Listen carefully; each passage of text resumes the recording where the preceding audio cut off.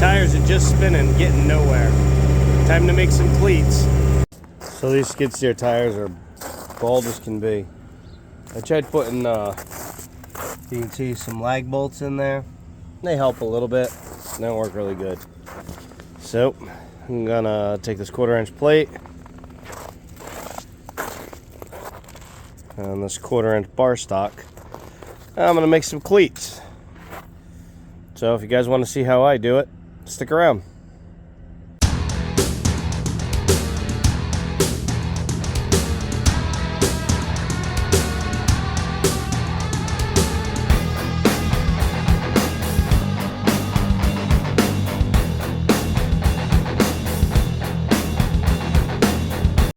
These are all the plates we cut out, or the cleats, and then I got the 1/4-inch bar to weld onto that. But plasma table makes it really nice. Tell you, that was a heck of an investment. I'm glad I bought that. We built a lot of stuff here.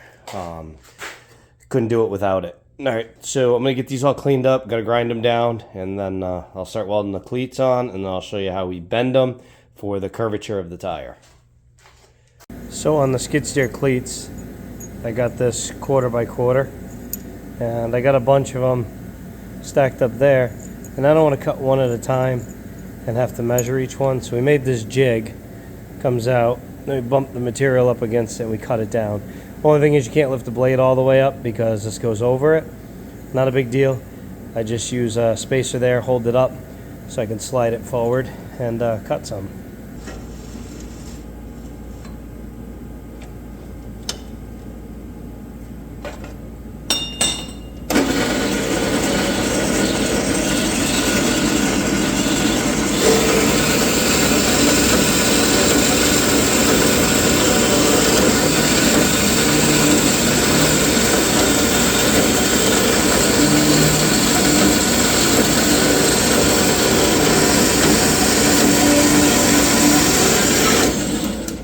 So see, it works pretty slick. Just makes for cutting these a lot faster. So do what you can, make a tool, make it work. Okay, all the pieces are cut. And these are just gonna pop out of the metal, stack them up like that. But there's the 4 1/2s and 4 3/4 cleats, and all the brackets that I'm gonna mount to the tire. It's 48 in total. There's going to be a little bit of welding involved.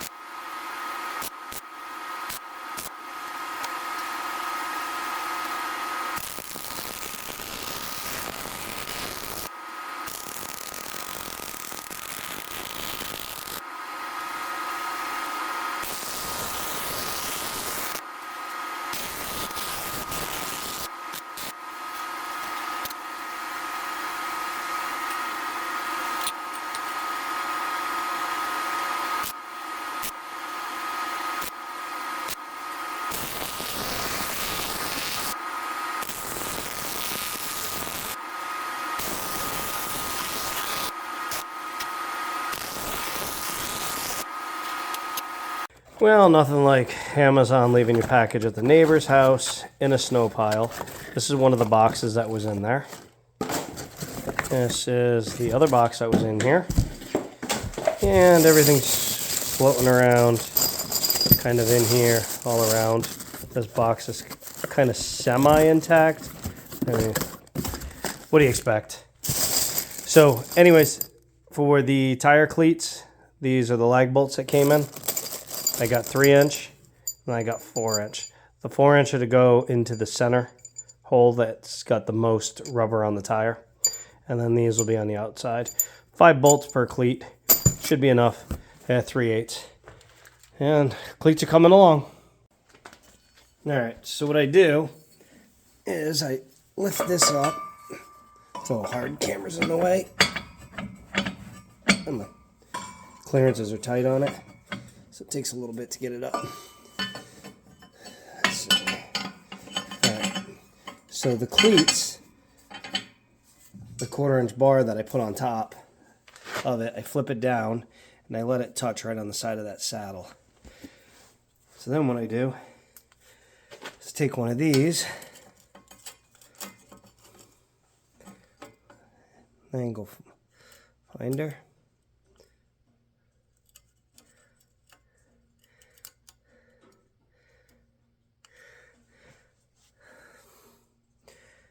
kind of trying to zero it out, but it doesn't always zero out. It's a cheap one.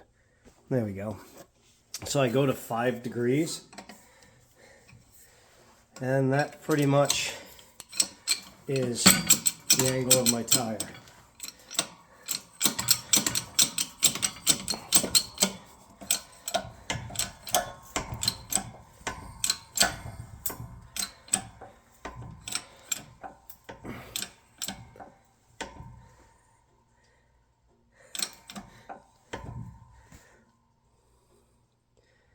Perfect, 5 degrees, right there.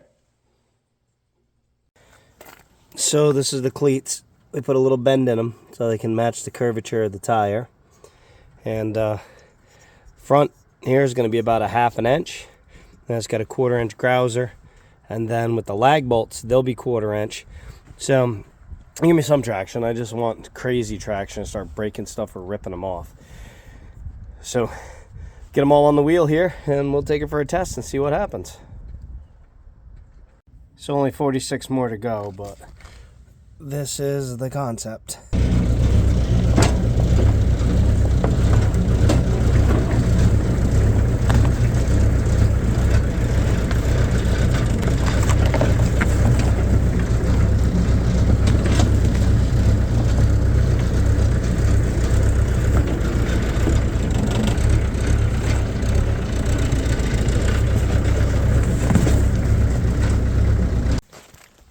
Alright guys, cleats are on. 12 per tire. Center bolts are 4 inches long. The outer 4 are 3 inches long. Ran in with an impact. I don't think they're going anywhere. As you can see, I was just moving it around. It was perfectly fine on the ice. So, best $350 I spent, I think. I couldn't afford $4,500 and up for solid tires because pneumatics around here get flat tires. And if anybody happens to say, well, the ride's going to be rough, I guess you've never ridden in solid tire skid steers because it's rough anyways. So let me know what you guys think. Would you guys have done this, or would you guys have done something different? Leave a comment. Let me know. I appreciate you guys stopping by. Thank you.